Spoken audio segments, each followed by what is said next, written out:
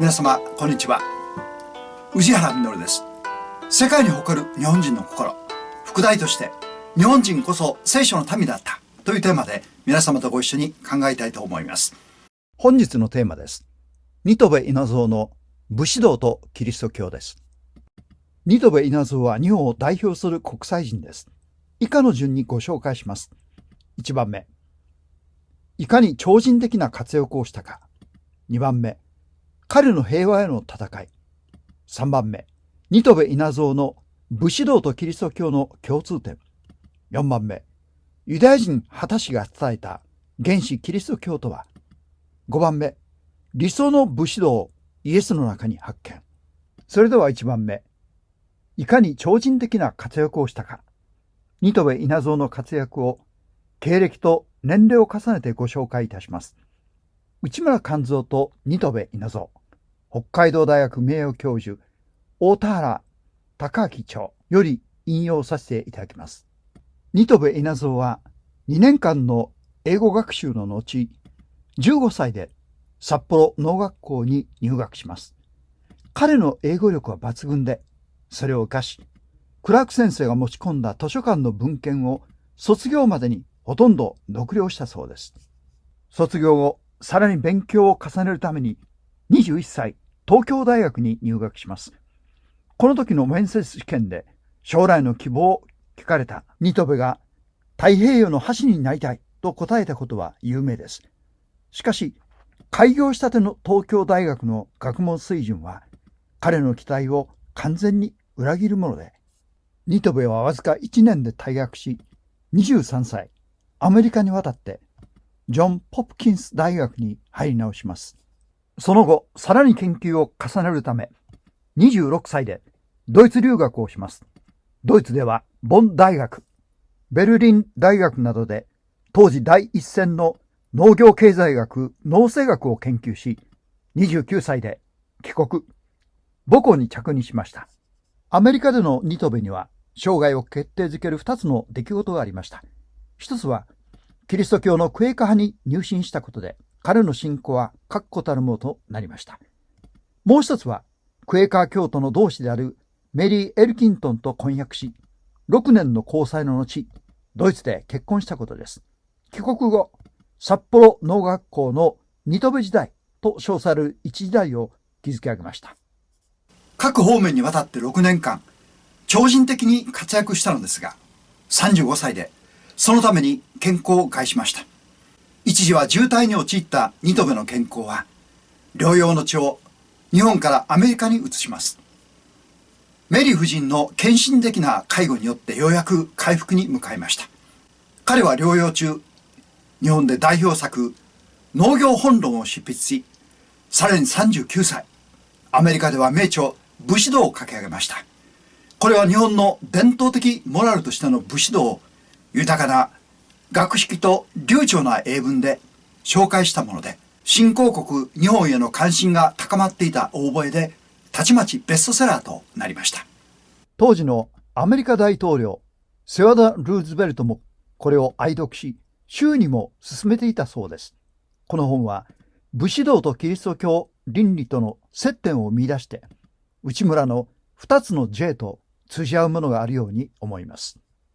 40歳で新渡戸は国策によって台湾総督府を任じられました。日清戦争で獲得した植民地台湾の経営のために、その中心産業である陶業の基本方針を樹立し得る人物として、彼に白羽の矢が立ったのです。42歳で台湾総督府兼務のまま、京都大学教授として植民学講座を担当し、45歳、東京大学教授との兼任で第一高等学校の校長を任じられました。国際的な視野を持つ東大第一級の人物として、新渡戸への評価は高まる一方だったのです。新渡戸はその後、東京帝大で植民政策学の教授に専念しますが、57歳大正7年、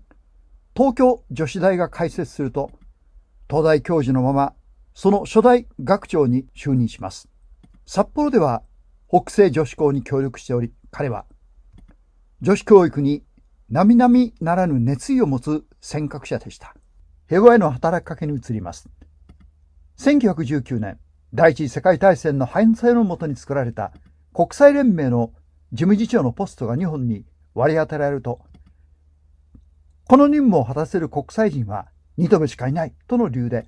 59歳、彼が選ばれたのです。やがて、国際連盟の事務局はジュネーブに移されますが、ニトベはその学識と人格、そして何よりも筋金入りの国際友好の信念によって、国際連盟事務局の両親、ジュネーブの星と呼ばれるまでになりました。その任期は予定をはるかに超える7年に及び、65歳、ようやく任を辞して帰国することができました。しかし、この頃から日本のアジアの侵略的態度による国際的孤立が深まり、2年後の昭和4年には満州事変が起こります。帰国と同時にニトベは65歳、貴族院議員に任じられます。自由主義、平和主義者としてのニトベにとって誠に厳しい時が訪れていたのです。昭和7年70歳、四国の松山で新聞記者にオフレコで、日本を滅ぼすのは共産党よりも軍閥だと発言しました。それが新聞に載り、激しい反発を受けます。ニトベは顔面な日本人の説得よりも直接アメリカに渡って日米不戦を訴える行動に出ます。彼がアメリカで行った平和のための講演は昭和7年1年間だけで100回を超えました。すでにアメリカ国民の対日感情は悪化の極みにまで達しており、また日本国家の行動そのものがニトベの話の説得力を奪っていきました。こうした中で不戦を訴えるニトベの講演旅行は大変な精神的肉体的苦痛を伴うものとなりました。しかし太平洋の橋足らんとしたニトベにとってこれはどうしてもなさなければならない神聖な任務であったのです。昭和8年1933年、カナダで開催された第5回太平洋会議に日本代表団長として出席していたニトベは激しい心痛で倒れ、間もなく死去しました。この時72歳の再起でありました。引用は以上です。激動の明治、大正、昭和を走り抜けた超人的な生涯でした。このような人物を日本がたくさん輩出したことは素晴らしいですね。第2番目、ニトベの平和への戦いです。彼が日本中から激しい非難を受けたとき、昭和天皇からアメリカに行ってくれないかとの要請を受けます。その頃、アメリカでは排日移民法案が制定され、日本人差別がエスカレートしていました。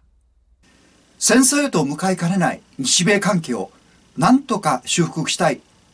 昭和天皇はニトベに託されたのです。何という信頼でしょう。あくまで戦争回避の道を探られた天皇と彼の信念は同じでした。彼は我太平洋の橋とならんという志を生涯貫き、命を賭してアメリカに渡ります。70歳を過ぎた身で年に100回の講演を行ったのです。しかし多くの友人を失いました。外国に日本を理解してもらう努力は遡ること療養の身のありながら39歳で武士道を記し、日本人の精神を世界に紹介してベストセラーとなりました。59歳で国際連盟の事務次長となり、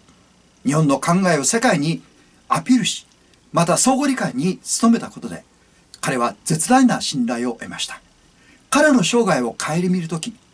彼が目指した架け橋の通りの生き様だったと思います。今日、日本は外務省をはじめとして、海外への発信があまりに乏しく、誤解されたままです。日本の正当性を十分に発信できていないばかりか、相手国との協議すらままならず、大きく国益を損ねている弱口に、歯がゆささえ感じます。彼が世界から尊敬されたのは、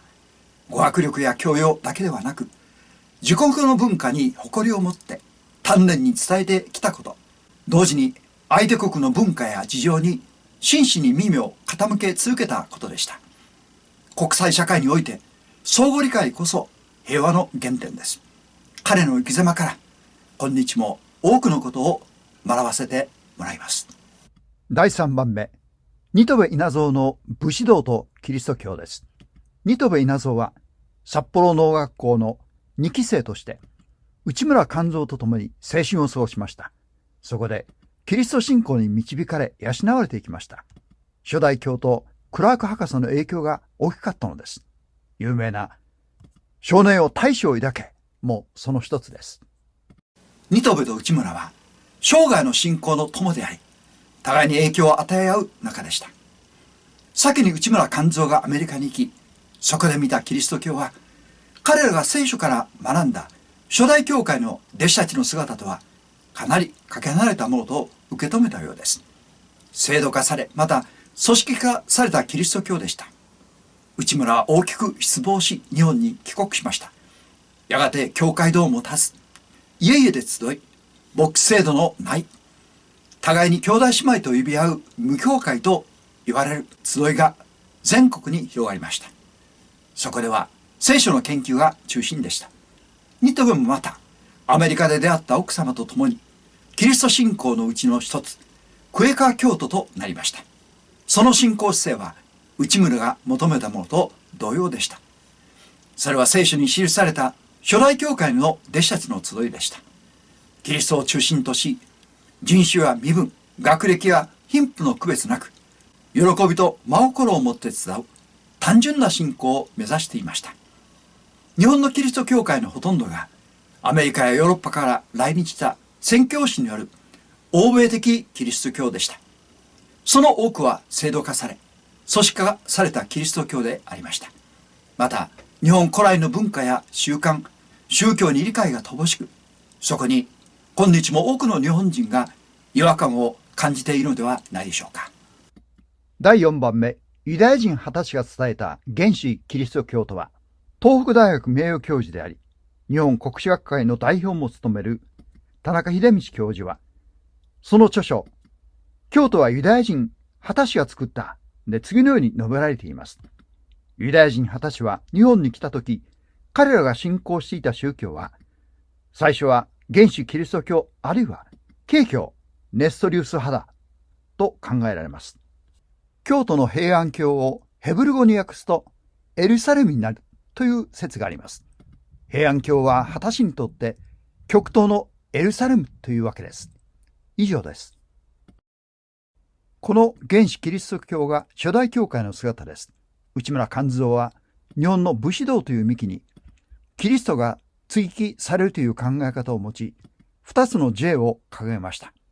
ジーザスとジャパンです。日本という題義にジーザス、つまりイエス・キリストが追記されるという考えで、新渡戸も同様でした。新渡戸は封建制度が終わることで、武士道もまた消えていく運命にあると記しています。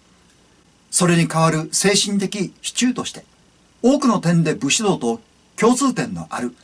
初代キリスト教徒の信仰を日本に追記することこそ、日本の発展となると考えたのです。その信仰とは、ユダヤ人20歳がかつて日本にもたらした信仰の流れを組みます。歴代の天皇が世界を皆兄弟と呼び争うことをやめ、平和のうちに共栄共存を目指す考えをお示しになりました。また、人種差別撤廃法案を世界で初めて提出したのも日本でした。